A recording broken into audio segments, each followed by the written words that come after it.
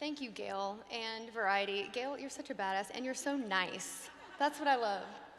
Um, it's an exuberant honor for me to be here and to be included with such an incredible group of women. If you would have told my 16-year-old self with my awkward emo slash can I speak to your manager haircut and this big chip on my shoulder that I would get to be in such a room with such accomplished, diverse, and intellectual women, I would have said, you're full of shit. I come from a very, very small town in Texas. It's Golden, Texas, which has a population of about, I'm guessing, 500. I could probably give you a number, but there's no population signs. In any case, it's so small that I had to go to school in the next town over, which is Mineola. In Texas, the native language is sports. Football is life. Sports are drilled into every kid's mind. Play sports. Be good at sports. Sports are a way out. But if you fall into the sector of kids that are naturally driven to sing into their hairbrushes, you're mostly left to your own devices to either give up or claw your way into figuring out what it is that moves you. I wasn't on the A team. I wasn't on the B team, even, in volleyball. I was on the C team. Y'all, we actually had a C team. Needless to say, I would have nothing without having found music.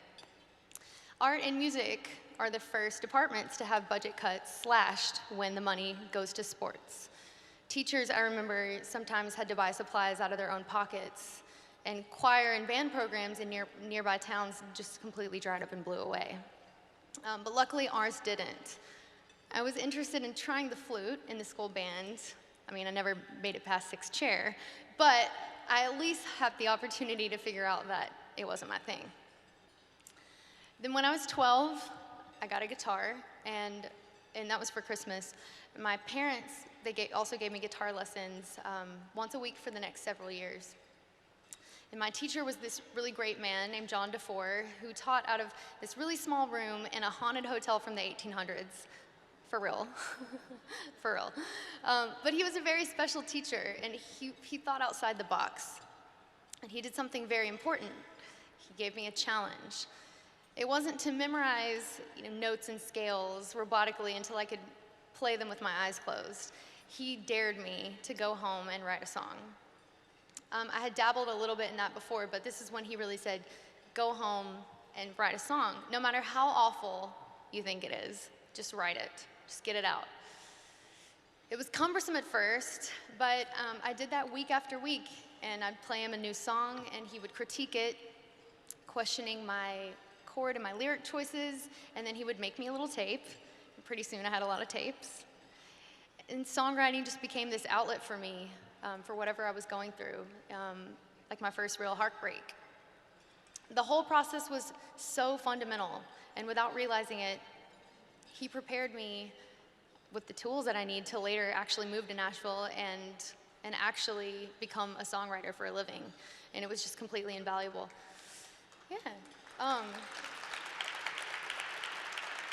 So I'm very thankful for him, but of course I did have a couple other teachers that come to mind. Loretta Lynn and Miss Dolly Parton.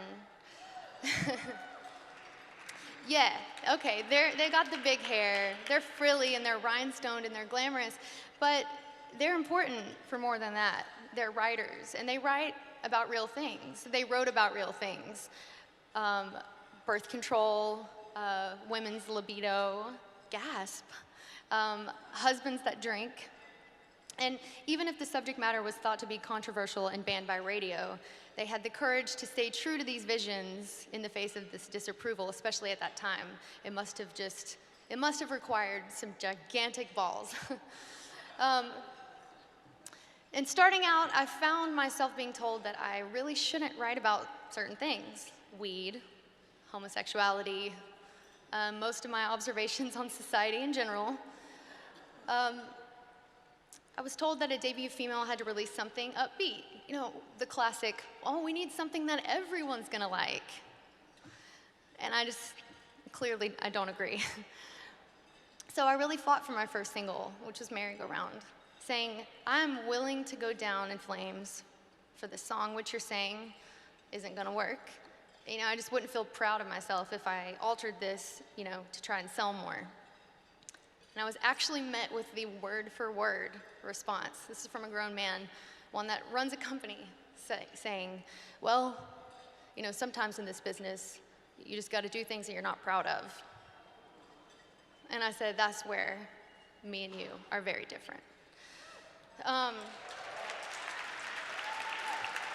So I was appalled. So not heeding the warnings of all this failure, I put out the song, and it's still my highest charting radio single, and it ended up winning a Grammy for Song of the Year.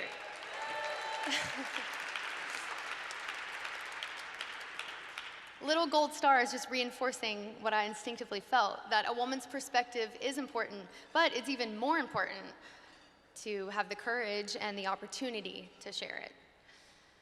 So a few years ago, I got to go back to Mineola, little old Mineola, and play a concert there. And it was a really big deal to me because it was my first official homecoming.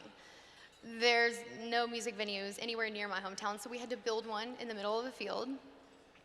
And it was a wild success. It was a huge turnout, just astonishing. And we raised about $100,000. I donated the money to my high school music and arts programs. And my mom came and delivered the check, one of those gigantic, oversized ones that's made for the pictures, like Publishers Clearinghouse. But it was very important to me because it was the first time that I really got the chance to actually pay it forward. Because I remember me, walking those same outdated halls, just bored out of my mind and just so eager to express myself. The school was able to buy tons of new equipment, musical instruments, and the money went really, really far. And I heard from so many students about how excited they were to go to school again. So this is why I chose to support the Grammy Museum and their work in sustaining musical education. The idea that I could play some small role in helping a kid who has the talent to become the next game changer is a really, really beautiful one to me. And also I'm really inspired by this idea that, there's this glue that holds us all together, it holds humanity together in times of chaos, and that's music. Songs, they get carried down through the years, smoothed over like old worry stones, kept in people's pockets, from generation to generation, and they're clutched to and they're held on to, and they're counted on.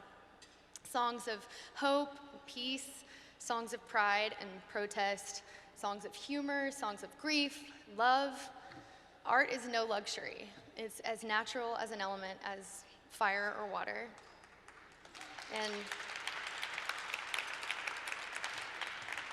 And art at its best has always reflected the temperature of our social and political landscape. Have you heard of the 60s? And in these especially turbulent times, when there is real fear involved for kids in simply just getting dressed and going to school, I think stifling the resources that allow for a mental escape from that would be absolutely detrimental. So if we continue to stoke the coals of where individuality starts and guard a child's chance to find their voice, I personally am so excited to think about what the future might sound like. So thank you so much. I'm so beyond honored to be here. And more than anything, it's just fun. So thank you. Thank you.